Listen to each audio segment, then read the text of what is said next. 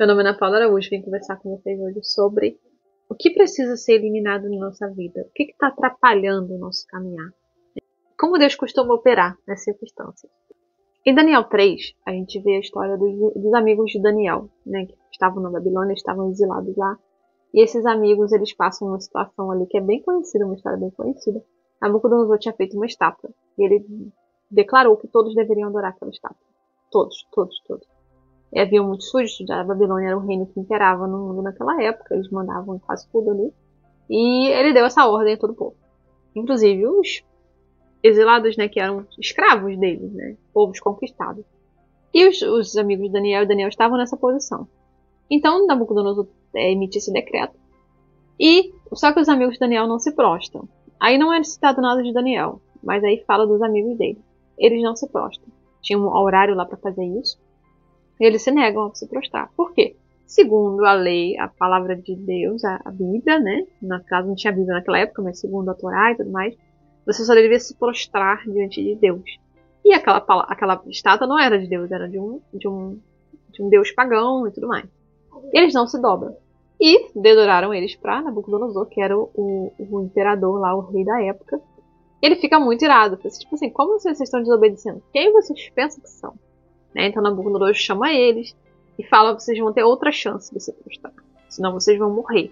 Porque havia o decreto que quem não adorasse seria lançado na fornalha. Então eles pegam e falam, nós não vamos nos prostrar. Eles falam para Nabucodonosor, eu acho muito interessante essa fala dele. Imagina você falar com o rei de um império, não só de um país, mas de um império. Olha só, Deus pode nos livrar dessa fornalha. Mas se ele não livrar, que ele não é obrigado, ele pode não nos livrar, fica sabendo, o rei, que não vamos adorar seus deuses nem você. Então, tipo assim, isso deixou Nabucodonosor tão irado que ele falou, esquenta a fornalha 7 vezes mais. Deixa ela muito pior do que ela já estava. Ela já, pela temperatura natural dela, já iria matar eles facilmente. Mas esquentando 7 vezes mais, seria muito mais rápido, né? Os guardas que jogaram eles lá dentro morreram. De tão quente que estava, porque estava além do normal. Então eles foram lançados lá dentro. E daqui a pouco os guardas e Nabucodonosor olha para dentro da fornalha e vê 4 pessoas andando lá dentro. Andando, tipo, passeando dentro da fornalha de fogo, né? E eles falam assim, o que está acontecendo? Eu não joguei 3 homens. Por que tem 4 homens lá? E um parece ser um filho de Deus, um filho dos deuses, né? Eu creio que o próprio Deus estava lá com eles, guardando eles. Né? Eu joguei eles lá, mas eles estão soltos. Né? As amarras caíram, mas eles não estão queimados. Ele mandou tirar esses amigos de Daniel de lá, Sadraque, Mesaque e Abednego. Mandou tirar eles de lá. Esse é o nome babilônico dele, mas tem o nome judeu, né? Esqueci agora.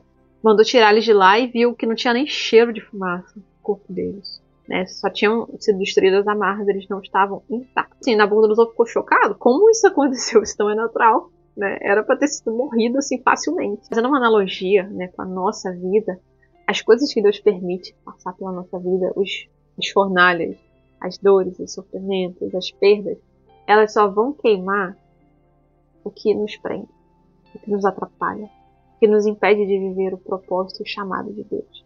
Então, mas isso depende de nós também.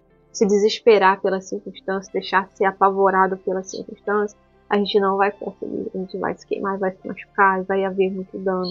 Mas se a gente deixar Deus conduzir, sabendo que Ele está no controle de tudo, se a gente morrer, glória a Deus, se Ele nos livrar, glória a Deus, vai ser a vontade dEle que vai ser estabelecida, a gente não tem por que temer. Então, assim, a confiança que Deus precisa estar em primeiro lugar. Como esses amigos de Daniel estavam, né? Tipo assim, fica sabendo que Deus pode nos livrar. Ele é Deus, Ele criou o universo. Ele não pode livrar a gente de uma fornalha. E mesmo que não livre, a gente não vai adorar seus deuses. Nada do que você fizer vai fazer a gente se contaminar. Não vai fazer a gente pecar contra o nosso Deus, que é maior que todos os deuses. Então, que a nossa convicção também esteja em Deus, no poder dele, na capacidade dele de fazer qualquer coisa. Não na nossa, não nas coisas ao nosso redor. A gente não veio temer o mundo. Porque a Bíblia fala, né? Pra gente não temer o que pode matar a carne. Né? O ser humano ele pode nos matar, pode destruir nosso corpo, a nossa família, nosso dinheiro, nossos recursos. Pode fazer tudo isso, mas o único que pode lançar o homem no inferno é Deus. Né? Ele está acima de qualquer poder. E alguém só pode tocar na nossa vida se Deus permitir.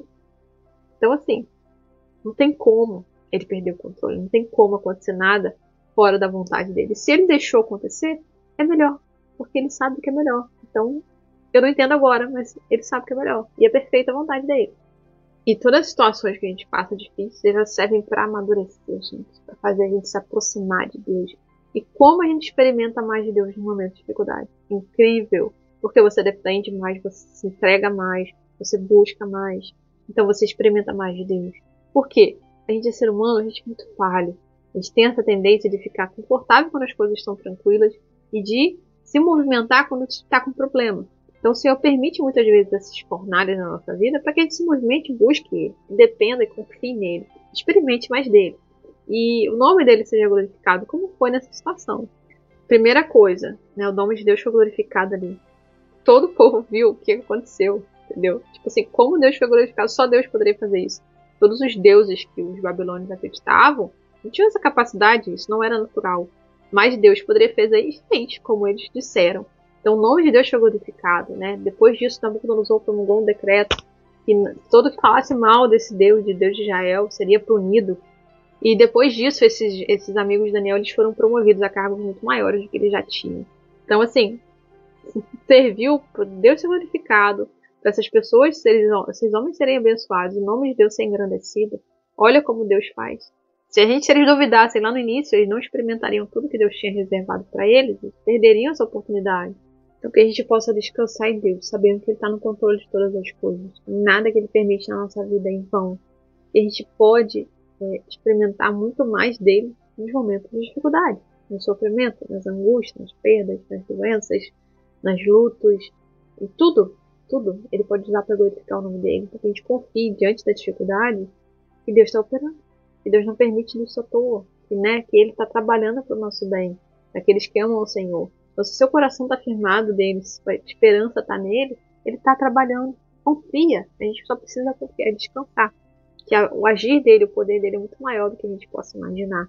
E tudo isso vai redundar, né, para a glória do nome dele. Né? Como Paulo disse, todos os sofrimentos que a gente passa, né, parafraseando aqui, tudo que a gente possa passar de sofrimento, de angústia nessa terra, não pode se comparar com o que Deus tem para nós reservado no céu.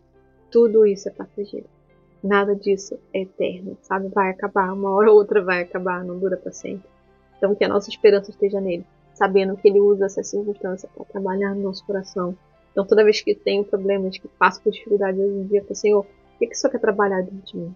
O que o Senhor quer tratar na minha vida, nas pessoas ao nosso redor, nas circunstâncias? O que o Senhor quer falar? Me ajuda a ser sensível à tua voz, a perceber, né, as tuas orientações, porque eu sei que não está acontecendo nada à toa.